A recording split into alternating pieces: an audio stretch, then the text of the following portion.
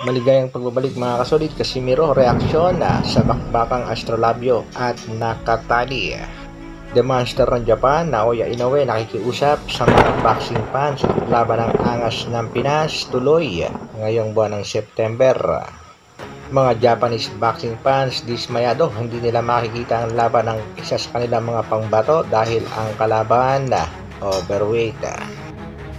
Para sa ating unang balita, marami na nga nag-aabang dito kay Japanese Monster Naoya Inoue sa kanyang pag-akyat dito sa featherweight division. Ilan na nga dyan ay ang mga kampiyon sa nasabing division.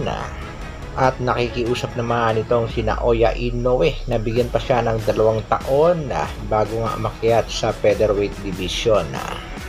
Kasalukuyan niyang patuloy na binabatikos ang Japanese Monster dahil sa napili niyang kalaban. Pero kung magtatagal siya ng 2 taon pa sa dibisyong ito, maaaring makalaban niya itong si Akhmad Aliyev, ang kanyang inayawan, ang kanyang mandatory.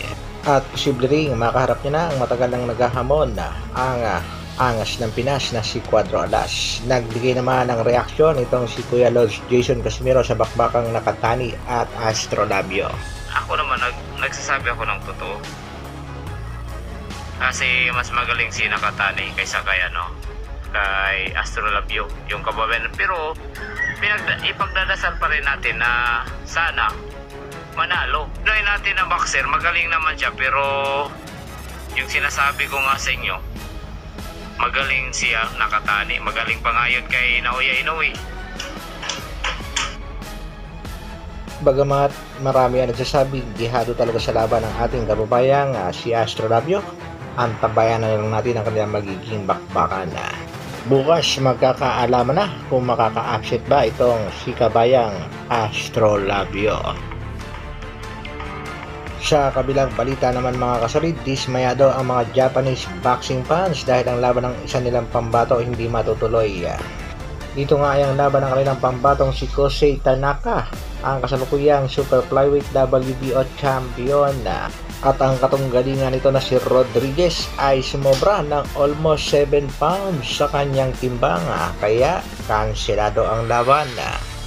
Samantala, Cuadro Alas General Casimiro, bagamat mag-iisang taon na nga hindi napapalaban pero nananatiling numero 1 sa box rec sa mga Pinoy boxers na active sa kasalukuyan.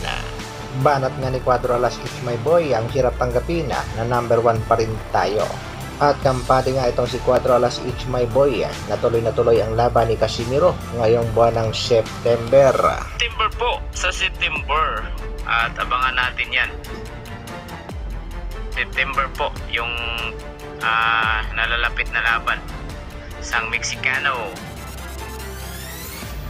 Ayon pa nga kay Kuya Lods, ay tuloy ang laban ni Alas at isang araw Mexicano ang makakalaban.